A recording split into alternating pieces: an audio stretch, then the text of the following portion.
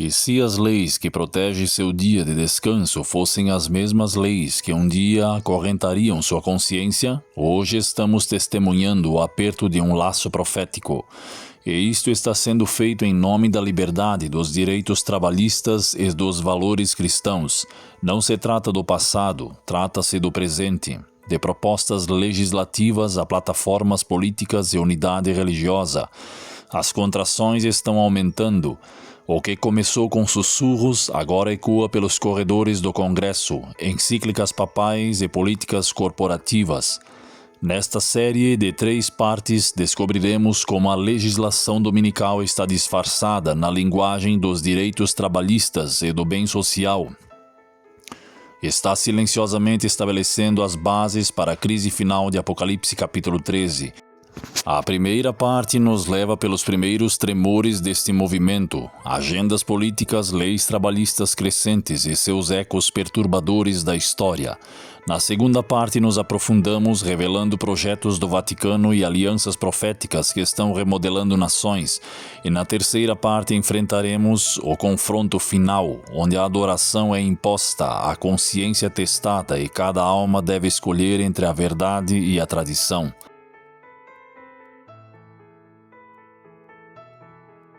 As contrações começaram e o próximo esforço pode ser o último.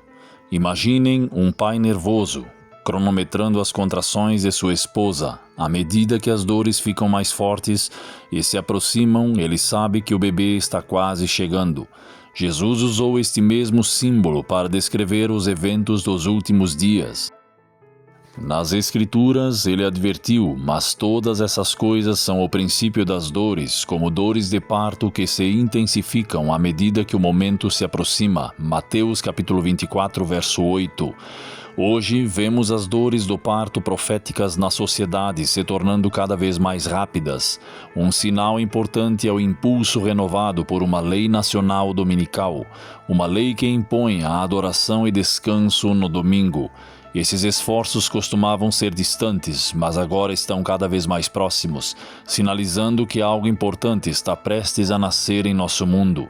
Assim como as contrações dizem à gestante que seu parto está próximo.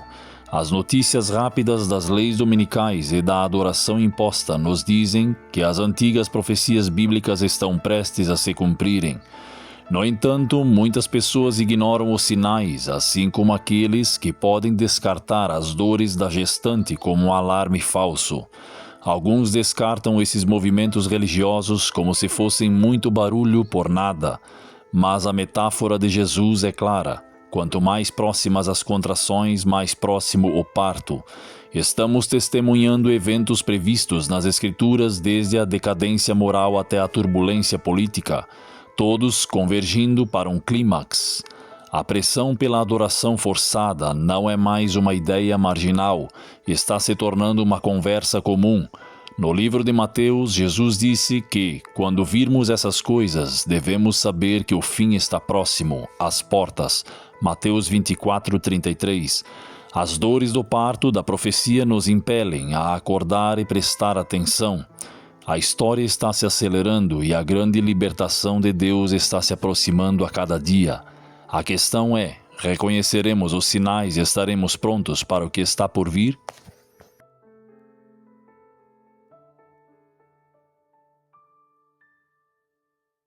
Nos últimos anos, um movimento poderoso tem crescido na América, um movimento que mistura patriotismo com piedade e busca modelar as leis do país em nome de Deus. Chama-se frequentemente nacionalismo cristão, e seus proponentes se mostraram surpreendentemente ousados. Alguns até delinearam o esquema radical para refazer seus finais de semana, especificamente para impor o domingo como um dia de descanso e adoração. Um projeto de política de 2024, conhecido como Projeto 2025, elaborado por nacionalistas cristãos, apresenta uma visão para refazer a sociedade americana ao longo de linhas teocráticas. Em linguagem simples, eles querem que o governo promova sua observância religiosa com o domingo como peça central. É como se um projeto estivesse em vigor para tornar legalmente obrigatória a ida à igreja e o descanso sabático, não por escolha pessoal, mas por lei civil. Essa iniciativa atingiu altos níveis de influência. Na verdade, um homem nomeado para o Departamento do Trabalho dos Estados Unidos da América defendeu abertamente o uso de leis trabalhistas para incentivar a adoração no domingo.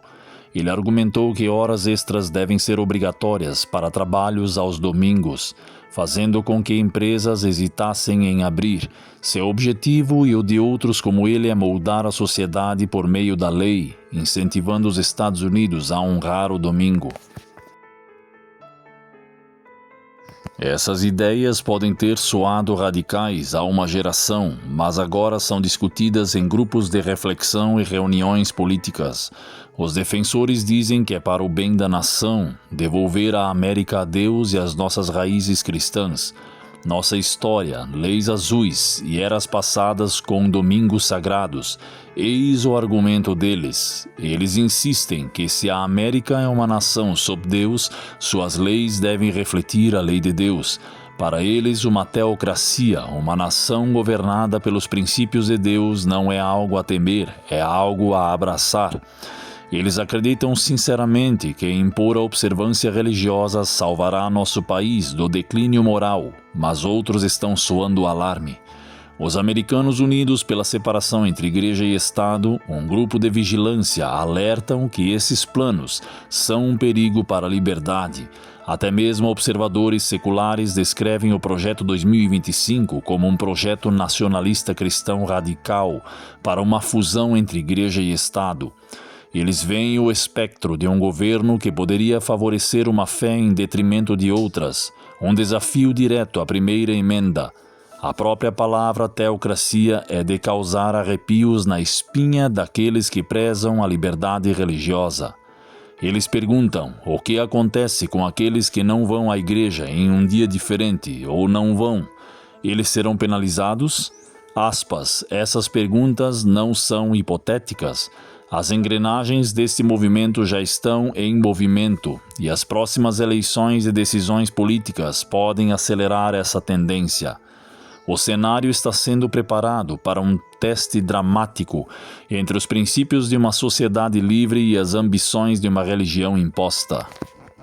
Por que tantas pessoas, mesmo além dos conservadores religiosos, estão interessados em um dia nacional de descanso? A resposta é simples: exaustão. Na correria moderna, famílias e indivíduos estão exaustos. Os pais fazem malabarismos com 2 ou 3 empregos.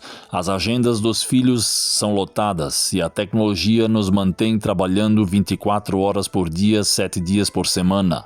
Muitos mal se lembram como era uma tarde tranquila de domingo. No ano 2000, cerca de 70% dos americanos pertenciam a uma igreja, mas hoje mal chega a 50%. Por que essa queda? Ele ressaltou que quando você trabalha 70 horas por semana, apenas para pagar as contas, não tem tempo para ir ao estudo bíblico de quarta-feira à noite e pode nem conseguir ir à igreja no domingo. Em outras palavras, os horários de trabalho implacáveis estão acabando com a fé e o tempo com a família. O clamor por descanso vem de mães e pais, vizinhos e amigos, não apenas de pregadores, todos de enfermeiras sobrecarregadas, a motoristas de caminhão e estudantes que sentem o peso da atividade ininterrupta. Vivemos em um mundo que nunca dorme e nossas almas anseiam por um sábado. Até mesmo especialistas em saúde mental e economistas estão reconhecendo o problema. O esgotamento agora é uma linguagem comum. As pessoas anseiam por uma pausa, um descanso regular e rítmico para recarregar as baterias e se reconectar com a família e a fé. O que realmente precisamos é de tempo de qualidade, sincronizando com nossas famílias, amigos e comunidades, disse um líder europeu, apoiando um dia de folga compartilhado para a sociedade. Esse desejo não tem a ver com impor religião a ninguém, e em alguns casos tem a ver com proteger o bem-estar humano. Ativistas pró-trabalhadores defendem um dia de descanso comum para o equilíbrio e vida profissional. Eles observam que quando as lojas ficam abertas todos os dias e os empregadores exigem disponibilidade constante, os que mais sofrem são as famílias de renda baixa e os trabalhadores horistas. Domingo é o dia de descanso dos pobres, que nem a riqueza nem a maldade têm o direito de tirar. Como disse um reformador do século XIX, o princípio é que, se todos descansarem no mesmo dia, até os trabalhadores mais vulneráveis podem realmente fazer uma pausa, sem medo de perder salários ou empregos. Por causa dessas preocupações, a ideia de um dia comum de descanso ganhou apoio surpreendente em todo o espectro político. Fiéis não são os únicos a pedir tempo para a família. Muitas pessoas seculares e não religiosas também estão dizendo que a vida seria mais saudável, segura e feliz se a sociedade desacelerasse um dia por semana. É um clamor tão antigo quanto a criação, uma necessidade inerente ao nosso ser. Jesus disse: o sábado foi feito por causa do homem, Marcos 2:27, o que significa que Deus pretendia que todos se beneficiassem de um descanso semanal, trabalho e preocupação constantes. Perdemos nossa humanidade, famílias se desintegram, comunidades se fragmentam e a vida espiritual murcha. Um dia de folga compartilhado pode ser uma bênção para todos, e assim uma ampla coalizão de cansados e estressados estão clamando por alívio, perguntando: não podemos todos descansar juntos pelo menos um dia? É um apelo que toca o coração e que alguns líderes estão ansiosos para responder, cada um por suas próprias razões. Em todo o mundo está crescendo o ímpeto por um domingo sem trabalho, e não apenas por razões pessoais ou familiares, mas pela sociedade e até pelo planeta. Na Europa, essa ideia se tornou um movimento, a Aliança Europeia do Domingo, uma rede de sindicatos, grupos civis e igrejas, faz campanha por leis que manteriam o domingo como um dia comum de descanso. Um apoiador, membro do Parlamento Europeu, declarou: estou feliz em apoiar a Aliança Europeia do Domingo em nossa luta por essa conquista crucial. O Dia Europeu por um domingo sem trabalho nos lembra da necessidade de fazer pausas coletivas e nos unir. Em todos os países europeus houve fechamentos sincronizados de lojas aos domingos, proibições de trabalhos aos domingos e eventos especiais para incentivar o tempo em família. Essas não são apenas iniciativas da igreja. Governos seculares impuseram restrições comerciais aos domingos, argumentando que isso promove a coerção social, mesmo na França e na Alemanha, em grande parte seculares. As leis protegem o descanso dominical e os infratores, como uma empresa que abre no domingo quando não deveria, podem enfrentar multas.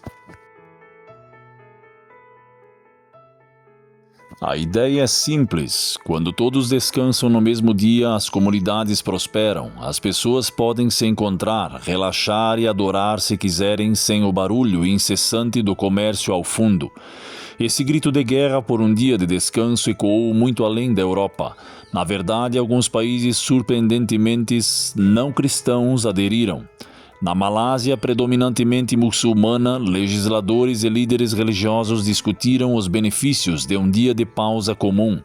E, curiosamente, muitos gravitaram em direção ao domingo. Na Índia, durante o auge da crise recente, certas regiões implementaram o bloqueio dominical para que as pessoas no ambiente pudessem respirar. Até mesmo Taiwan, com sua mistura de tradições budistas e folclóricas, viam campanhas para reduzir o trabalho dominical, mostrando que a fome por descanso não conhece fronteiras religiosas. Nação do Pacífico Sul, Samoa, líderes buscam banir totalmente o comércio aos domingos, resgatando antigos costumes de um domingo sagrado. É como se um entendimento instintivo estivesse surgindo em todo o mundo. Todos nós precisamos de um sábado. Diferentes culturas podem escolher dias diferentes, mas o princípio de um dia semanal de descanso é quase universal. E cada vez mais o domingo está se tornando esse ponto focal. Uma nova e urgente dimensão para esse movimento global de descanso é o ângulo ambiental. Enquanto nosso planeta sofre com as mudanças climáticas, incêndios intensos, tempestades e um mundo em aquecimento, alguns estão propondo um sábado da Terra. Eles argumentam que se a humanidade pausasse sua indústria um dia por semana, a redução nas emissões e no consumo poderia ajudar a curar a Terra. Em 2024, um grupo conhecido como Movimento do Sábado da Terra pediu aos líderes mundiais que considerassem um dia semanal de descanso. Descanso especificamente para combater as mudanças climáticas. Na verdade, a ideia foi levada à prestigiada Cúpula das Nações do G7. Organizações de defesa pediram ao Papa e aos chefes de Estado que usassem sua influência para estabelecer um descanso dominical global pelo bem do planeta. A proposta é simples: um dia em cada 7. Todos, fábricas, trânsitos, empresas, fazem uma pausa, dando um respiro à Terra. O conceito ganhou força o suficiente para que o Papa Francisco, que falou sobre cuidar da criação, fosse convidado a discursar no G7 sobre esse assunto. Um boletim ambiental descreveu da seguinte forma: líderes mundiais estão considerando seriamente um dia semanal de descanso para combater as mudanças climáticas. Parece quase idealista demais, mas grupos de defesas estão pressionando bastante. Eles argumentam que um fechamento semanal coordenado poderia reduzir significativamente as emissões de carbono e lembrar à humanidade que somos zeladores da natureza, não apenas consumidores. A convergência notável, reformadores sociais, defensores da família, líderes religiosos e ambientalistas, todos companheiros estranhos, encontram um denominador comum no apelo por um dia de descanso semanal. Para alguns, trata-se de adoração e honra a Deus. Para outros, trata-se de bem-estar e proteção aos trabalhadores ou famílias. E para um número crescente, trata-se de salvar a terra. Essa coalizão cada vez maior dá ao movimento dominical um ímpeto sem precedentes. Ele não parece mais uma ideia puramente sectária ou nostálgica, mas uma solução voltada para o futuro, para múltiplas crises. Devolva-nos o domingo. As pessoas estão dizendo, cada uma com seu próprio raciocínio, e os poderes do mundo estão ouvindo, políticas estão sendo discutidas e, em alguns lugares, promulgadas, que favorecem um ritmo de descanso. Superficialmente parece maravilhoso, quem não gostaria de um dia de folga, mas por baixo da superfície, para aqueles que conhecem a profecia bíblica, há uma preocupação crescente. Um dia destinado à bênção pode se tornar uma ferramenta de coerção. Um ideal unificador pode se tornar um meio de divisão. Como um mundo a descansar, cabe perguntar: o que acontece a quem descansa em outro dia?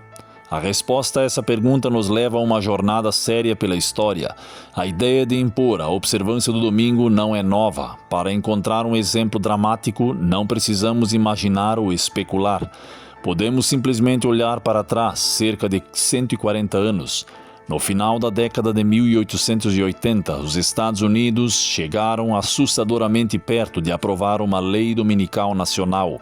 Sim, na terra dos livres, uma lei que forçaria todos a descansar no domingo e efetivamente proibiria o trabalho ou o comércio naquele dia quase se tornou realidade.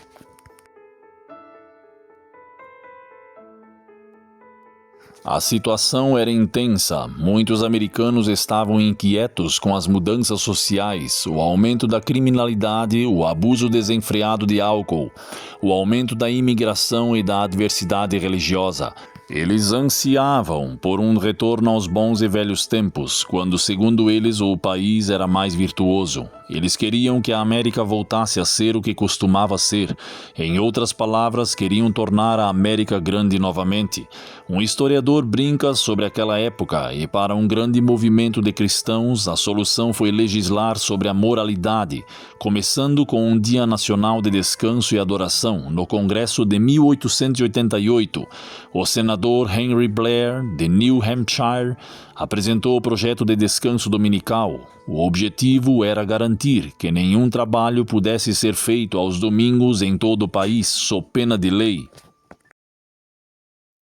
Líderes religiosos, especialmente pastores e organizações protestantes, apoiaram o senador Blair. Eles argumentaram que os Estados Unidos, como nação cristã, deveriam honrar o Dia do Senhor por lei. Petições com dezenas de milhares de assinaturas inundaram Washington em apoio ao projeto de lei.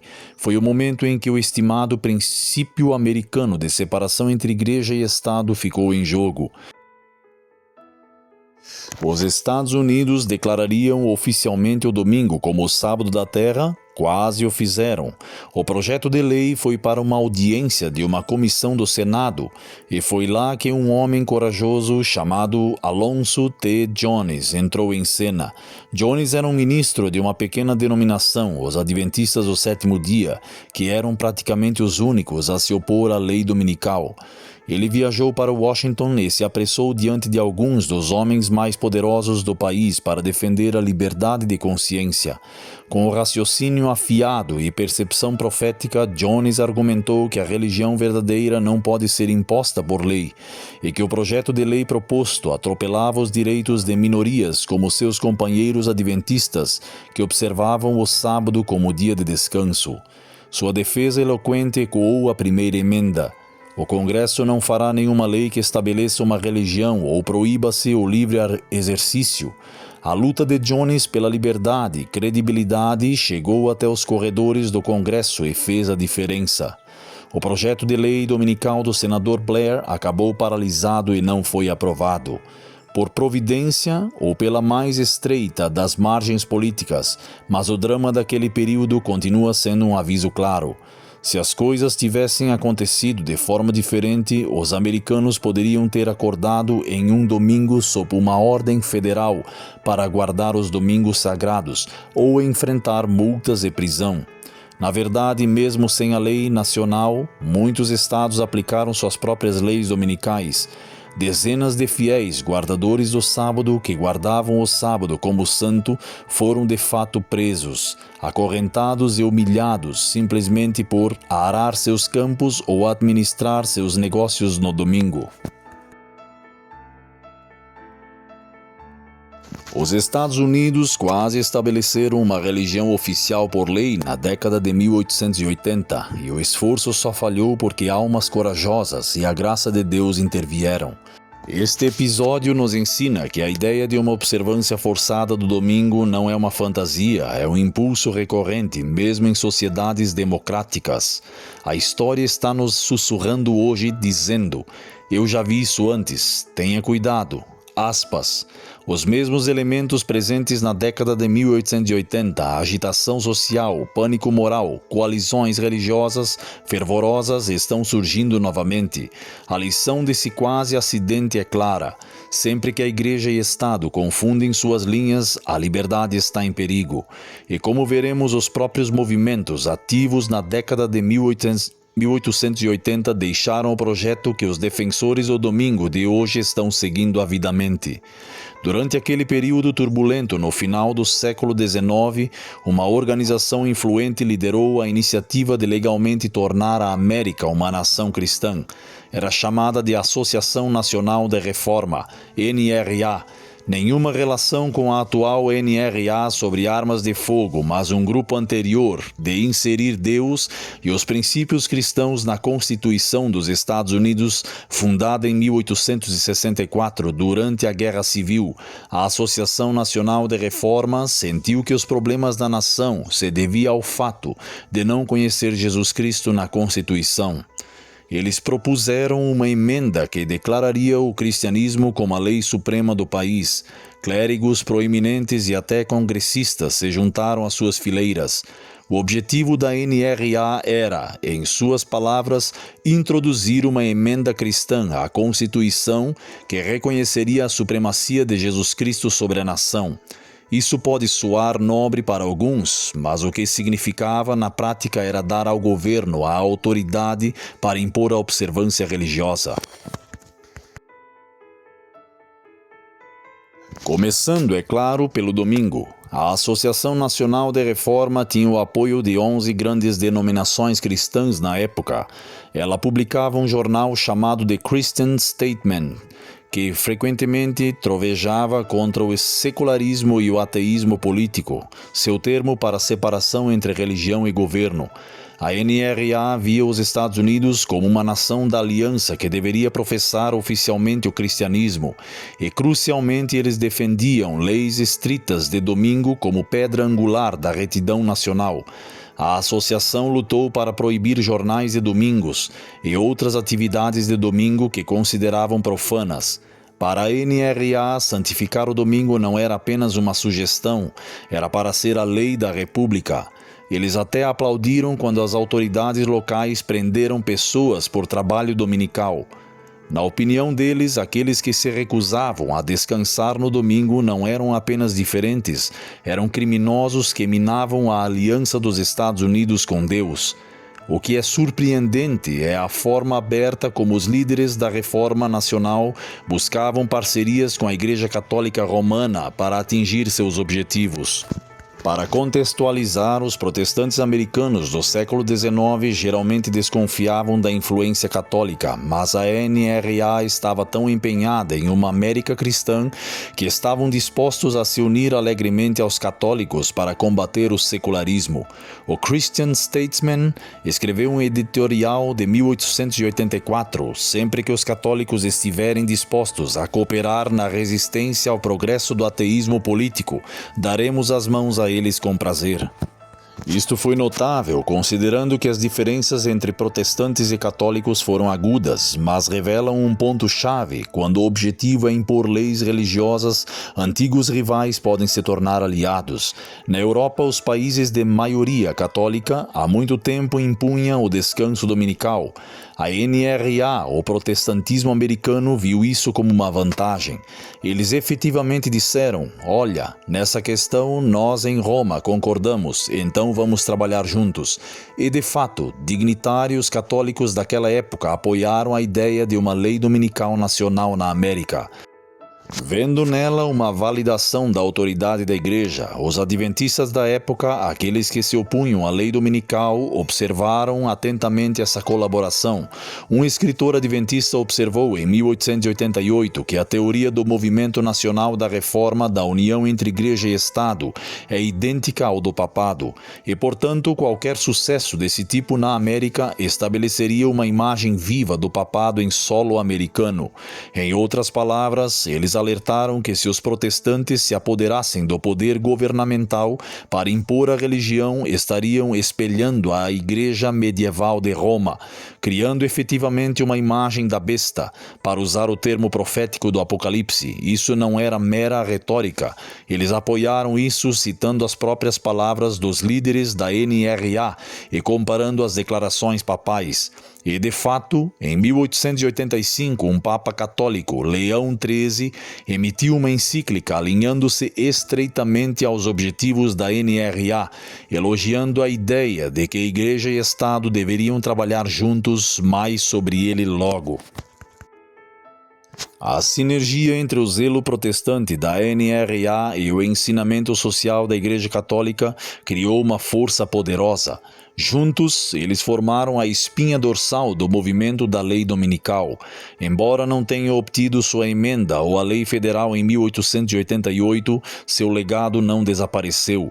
As ideias que eles defendiam, a unidade nacional por meio da piedade imposta, continuou a ressurgir sempre que a sociedade se sente ameaçada. E como veremos, uma das principais figuras da NRA e certamente uma das vozes mais altas em prol das leis dominicais foi um homem chamado Wilbur F. Craft, que levou a tocha adiante no século XX. Se a Associação Nacional de Reforma forneceu a estrutura para uma América cristã, Wilbur Craft forneceu a força. Craft foi um reformador social incansável e clérigo no final dos anos 1800, que se tornou o cruzado mais ativo da lei dominical do país. Ele acreditava de todo o coração que a América estaria melhor moral e socialmente se o domingo fosse estritamente guardado por lei. Para este fim, ele ajudou a organizar e liderar a União Sabática Americana, mais tarde conhecida como Aliança do Dia do Senhor. De acordo com uma enciclopédia histórica, a União Sabática Americana era um corpo religioso interdenominacional que promovia a promulgação e a aplicação de uma legislação rigorosa sobre o domingo. Não era um grupo marginal, unia protestantes de muitas tendências em uma causa comum. Craft atuou como seu secretário correspondente e marechal de campo, reunindo igrejas em todo o país.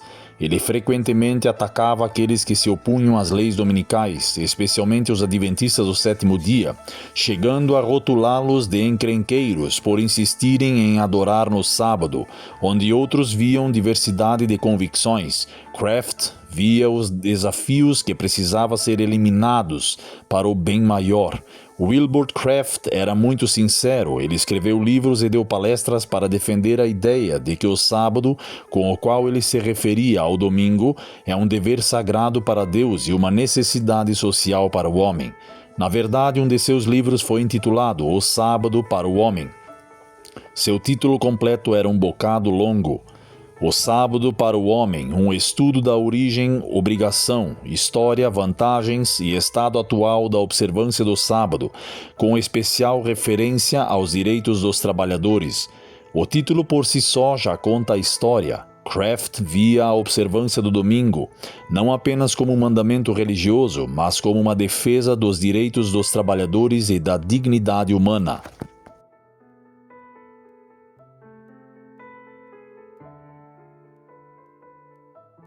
Ele argumentava que Deus ordenou um descanso semanal porque se importa com o bem-estar das pessoas e, portanto, a sociedade deveria garantir que todos tenham esse descanso por lei, se necessário. Para Craft, o domingo era para o culto e para os trabalhadores. Ele pregava que uma pausa no trabalho era essencial para evitar a exploração dos trabalhadores por empregadores gananciosos.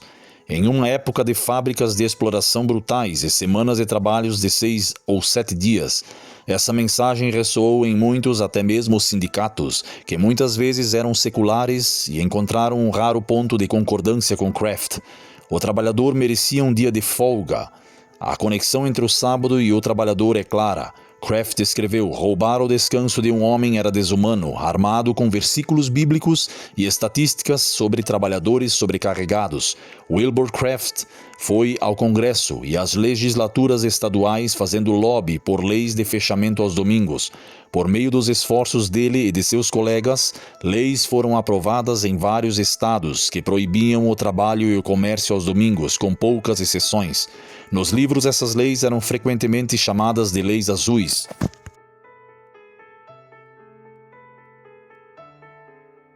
De acordo com algumas dessas leis azuis, até mesmo atividades de lazer como beisebol ou caça eram ilegais aos domingos. Muitos americanos comuns sentiram o impacto, alguns com alegria, pois isso significava tempo garantido com a família, outros com amargura, especialmente as minorias, cujo dia de culto não era no domingo. Craft estava ciente da resistência, principalmente de adventistas e judeus que observavam o sábado, mas em vez de abrandar, ele redobrou a aposta. Em debates públicos, ele insistiu que a sociedade civil tinha o direito de reservar um dia para sua própria preservação e história, assim como as escrituras, em sua opinião, indicavam que esse dia deveria ser o domingo. Ele não hesitou em afirmar que aqueles que guardassem um dia diferente também poderiam descansar se quisessem, mas também deveriam observar o domingo por respeito à lei e ao bem comum. Isso colocou Craft em conflito direto com o porta-voz adventista como Jones.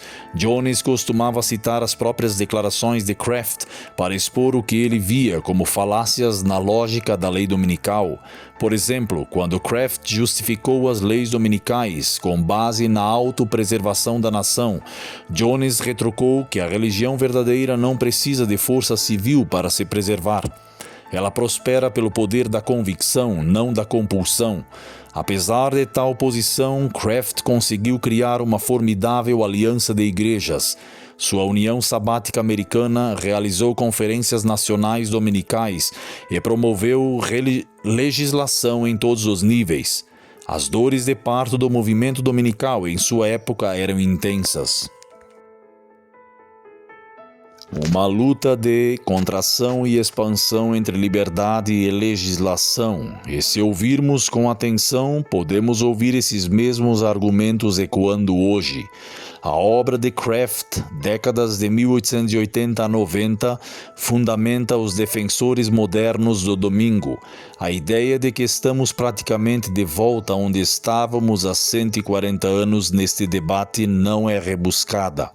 Boas intenções o impulsionaram. Preocupe-se com a adoração, preocupa-se com os trabalhadores, mas como veremos a seguir, boas intenções podem levar perigos ocultos. Até mesmo a contemporânea de Kraft, Ellen White, uma autora cristã que viveu aquela agitação da lei dominical, alertou que muitos que promovem tais movimentos não veem para onde a corrente oculta está tendendo. Ele estava nos corredores do poder, não com um exército, mas com a verdade, implorando pela consciência de uma nação. Um Jones pode ter vencido a batalha naquele dia, mas a guerra estava longe de terminar. Mesmo enquanto os ecos do testemunho histórico se esvaíam, uma voz mais alta se preparava, não do Congresso, mas do próprio Vaticano. No próximo episódio, seguiremos essa voz dos tronos papais, às plataformas presidenciais, das encíclicas do século XIX às políticas do século XXI. O que vocês estão prestes a ver não é apenas a ressurreição de leis antigas, é a formação de algo sobre o qual a Bíblia nos alertou há muito tempo, a imagem da besta, e está acontecendo agora mesmo.